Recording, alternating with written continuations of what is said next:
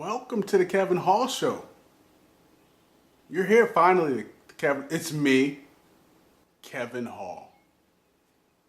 Very interesting. I'm going to spend a little bit of time talking about what my name is today because we're going to talk about South Carolina politics. That explains why I don't have a shirt on.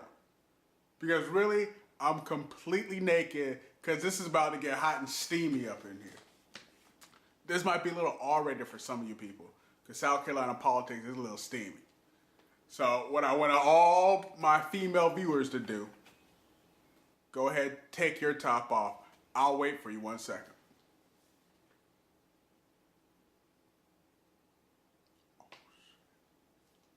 Call me.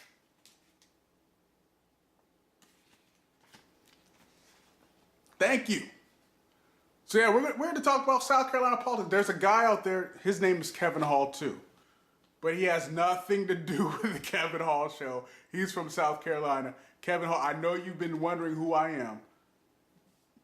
Here I am. He's an operative. He lies. You know, he's a conservative guy. Runs around, makes stuff up for people. I think he was the head of the He ran for the South Carolina Republican Party. Head of it, whatever. He might have won, but whatever. But you're not me, so stop trying to take credit for my site. So yeah, so a lot going on in South Carolina. I mean, if you guys don't remember, first things first, Mark Sanford.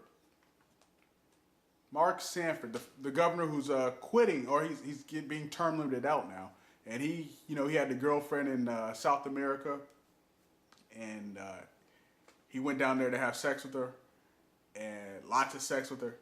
And then he told everyone he was hiking. And then he got caught. Then he gave a press conference where he was all crazy and sad. But I give Mark Sanford credit. Number one, his girl was kind of cute. She was kind of cute. And number two, he was honest. He's like, they brought him back. And it's the first time I ever saw this. It's like, what are you gonna do? And he's like, well, she's the love of my life. She's my soulmate. I mean, my wife is cool. My wife over there, she's all right. But this chick, woo!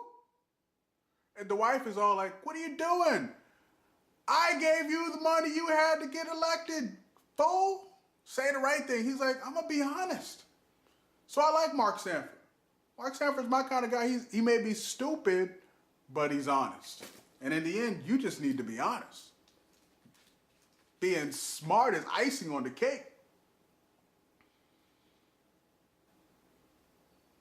So Mark Sanford, he's about to retire. I don't know what he's going to do after he's no longer governor, besides have sex with his girlfriend.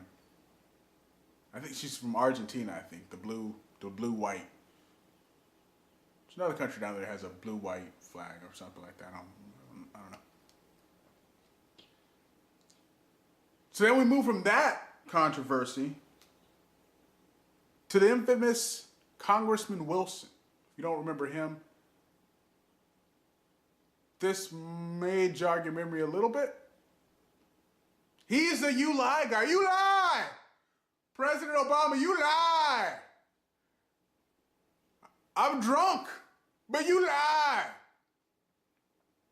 I mean, he's like pretty much the first one ever recorded to interrupt the State of Union address. And you can tell him he's all drunk looking and upset, and he gets embarrassed. He tries to cover up for himself. Doesn't work. But he's like, you can see, he reminds me of like Dennis the Menace and the neighbor, Mr. Wilson. You see Obama's like, hey, Congressman Wilson.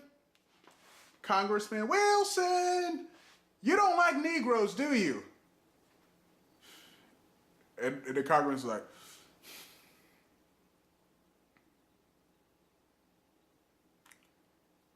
and then Obama's like, well, I just got elected president. Third rail on top, massa. And you know he doesn't like that. He's like, oh, but this is South Carolina. We know how to mess with our black people, keep them down. Not so much. Not so much, which takes me to James Clyburn. James Clyburn is great. He's he's the third highest ranking Democrat in the House. But this dude doesn't play. I mean, he's like that serious grandpa. That grandpa who doesn't want to talk to you, but does because grandma makes him talk to you. Well, it's like, boy, I got stuff to do, and I will punch you. And everyone still calls him, Mr. Grandpa. Because he called out Clinton. I mean, he's like, Clinton, you need to stop this race baiting. And Clinton's like, hold on, I don't know. I'm the first black president. I can't be racist. And my wife, she can't be racist. Because really, we don't even sleep together anymore. So Clyburn calls him out. This dude is serious. He's for real. I want you to run my campaign, James. That's what you call him, Campaign James. Campaign James. Anyway, that's what James Clyburn does. What else happened? South Carolina politics, that's right. It's about to be a little steamy here. 2000, George Bush was losing to John McCain in South Carolina. So what does he do? He says John McCain had an illegitimate black baby, which is funny. Okay, George Bush himself may not have said it, but people who wanted George Bush to win said it. Karl Rove.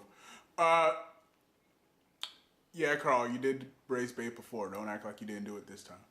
So, because the reason is, a couple reasons why it's funny. The kid they showed was Indian. It was just dark skin. Indian, I believe. And the kid was adopted. Beautiful girl, beautiful person. But they wanted to prove that because he had this dark-skinned baby with him, that obviously it was from a Negro. That's not accepted in South Carolina too well.